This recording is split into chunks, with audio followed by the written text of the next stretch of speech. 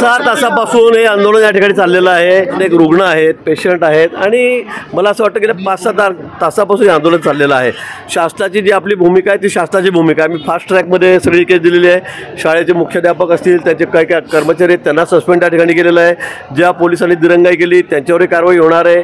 SITची नेमणूक गृहमंत्र्यांनी या ठिकाणी केलेली आहे. मुख्यमंत्री महोदय स्वतः लक्ष घालत आहेत आणि मला असं वाटतं की आता खूप तास 5-6 तास झालेत. आता शेवटी रेल्वेने येणारे जाणारे लाखो लोक इकडनं तिकडनं आहेत, त्यांची आपण काळजी घेतली. हा चौकशीचा भाग आहे निश्चित. त्या संदर्भामध्ये गृहमंत्र्यांनी सांगितलं की आपण SIT नेमलेली आहे, त्याच्यावर चौकशी केली जाईल. जे जे दोषी असतील त्यांना एकालाही या ठिकाणी सोडलं जाणार नाही. पोलीस येथे अत्यंत गंभीर स्वरूपाचा गुन्हा दाखल करण्यात आलेला आहे.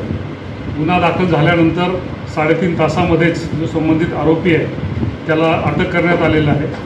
त्या आरोपीला माननीय न्यायालयाने पोलीस कोठडी दिलेली आहे आणि या घटनेचा अत्यंत तंत्रशुद्धरित्या तपास सुरू करण्यात आलेला आहे. या गुन्ह्यामध्ये संबंधित पोलीस स्टेशनचे वरिष्ठ पोलीस निरीक्षक स्वतः हा तपास करत आहेत. यासाठी त्यांना मदतीसाठी इतर पोलीस स्टेशनचे 2 अत्यंत अनुभवी अशा महिला अधिकारी देखील देण्यात आलेले आहेत आणि या प्रत्येक तपासाच्या प्रत्येक मुद्द्यावर कुठलीही त्रुटी राहू नये, सर्व पुरावे घेतले जावेत यासाठी पोलीस प्रशासन अत्यंत बारकाईनं लक्ष ठेवून आहे आणि प्रयत्न करत आहे. शाळा प्रशासनाने देखील त्यांनी संबंधितांना निलंबित करून, शाळेच्या प्राचार्य आणि संबंधितांना निलंबित करून त्यांची कारवाई ऑलरेडी सुरू केली आहे. आपली जी माहिती आहे ती थोडीशी अपुरी आहे. आपण हे लक्षात घ्या की या गुन्ह्यातील ज्या व्हिक्टीम आहेत त्या 3.5-4 वर्षाच्या छोट्या अत्यंत शिशू आहेत. त्यामुळे त्यांना ही सर्व जी काही घडलेली घटना आहे ही त्यांच्याकडनं समजावून घेणं हे अत्यंत जिकिरीचं होतं. ते समजावून घेतल्यानंतर त्यांच्या कुटुंबियांच्या मदतीनं हे समजावून घेतल्यानंतर ते दाखल करणं, त्याप्रमाणे नवीन कायद्यातील प्रावधानाप्रमाणे ते तांत्रिकदृष्ट्या सगळं अपलोड करणं ही थोडीशी वेळखाऊ प्रक्रिया आहे. बिलकुल 12-13 तास लागलेले नाही आहे. तर 11:30 वाजता गुन्हा दाखल झाल्यावर 3:30 वाजताच लगेचच आरोपी देखील निष्पन्न करून अटक करण्यात आलेला आहे आणि या सर्व प्रकरणामध्ये कुठलाही विलंब होणार नाही याची दक्षता पोलीस दल घेत आहे. धन्यवाद. एक गोष्ट अशी आहे की शेवटी कायदा ठरवत असतो की कोणाला कुठली शिक्षा दिली पाहिजे. 74, 75 आणि 76 सेक्शन जे लावलेले आहेत,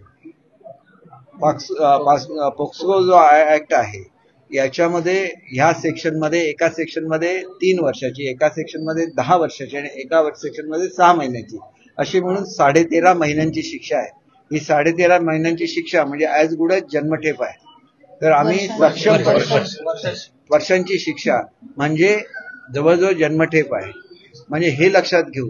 चांगल्यात चांगला वकील जे महाजन साहेबांनी जाहीर केलेला आहे की आम्ही उत्कृष्ट निकम साहेबांना त्या ठिकाणी देऊ. फास्ट ट्रॅकमध्ये ही केस चालू आणि त्याला जास्तीत जास्त शिक्षा कशी देता येईल हे सुद्धा आम्ही बघू. परंतु त्याच्याच बरोबर प्रशासनाची, मुख्याध्यापकांची जी काय जबाबदारी असते याच्यापासून कोणालाही एस्केप करता येणार नाही. आम्ही 26 चौकशी केलेली आहे. 12 पासून हा प्रकार सुरू होता. 13 तारीखला मॅनेजमेंटला हे कळलेलं आहे, तिथल्या प्राचार्यांना हे कळलेलं आहे आणि त्या संदर्भातल्या डॉक्टर्सकडून काय गैरवर्तन झालं, पोलिसांकडून काय गैरवर्तन झालं सगळ्याची मी माहिती घेतलेली आहे. डॉक्टरांच्या संदर्भात जे गैरवर्तन झालं असेल ते मेडिकल एज्युकेशनच्या अंडर ते येत असतील किंवा आरोग्य विभागाच्या दोन्ही मंत्र्यांना कळवण्यात येईल. त्या डॉक्टरांच्या विरुद्ध ऍक्शन घेण्यात.